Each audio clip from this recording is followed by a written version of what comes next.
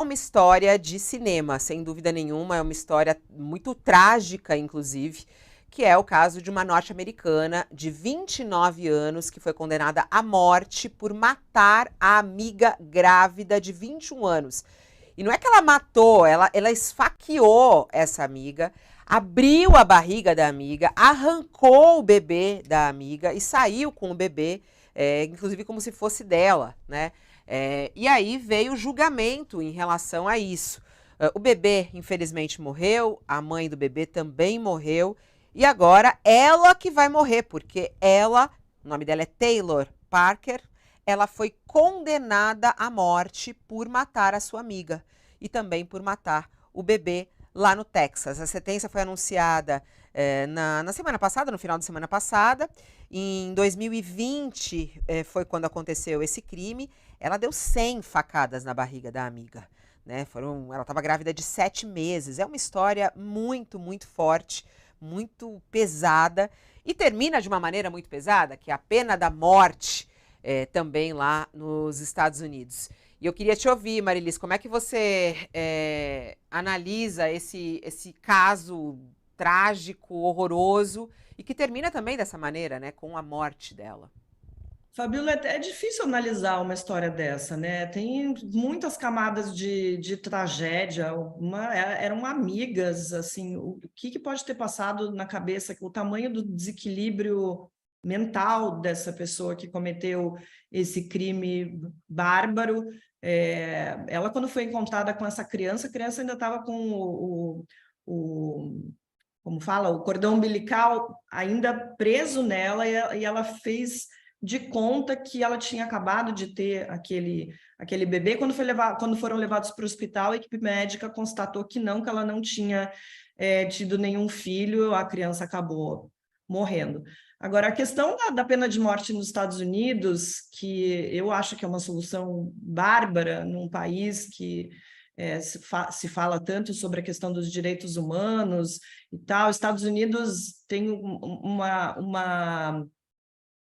número enorme de pessoas que já foram executadas aí desde os anos 70, são quase 1.800 pessoas, se eu não estou enganada, e a gente sabe que muitas dessas condenações acabam não sendo exatamente justas. Muitas pessoas foram retiradas desse corredor da morte por sentenças que depois foram invalidadas, quando foram descobertos que as pessoas eram inocentes. Não é o caso dessa mulher, está mais do que comprovado esse crime que ela cometeu. Mas, de fato, quando eu vejo as pessoas aqui no Brasil pedindo pena de morte para alguns crimes, eu não acho que seja uma solução para a gente, não acho que a criminalidade ia diminuir se a gente instaurasse alguma coisa tão bárbara e, para mim, tão, enfim, horrível quanto você punir o crime de alguém com a morte desse criminoso.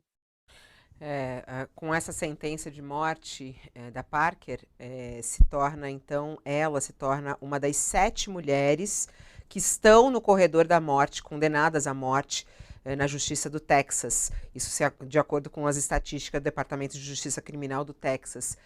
Como é que você vê isso, hein, ô Josias? Também queria te ouvir rapidamente, até para a gente encerrar o programa. Pena de morte.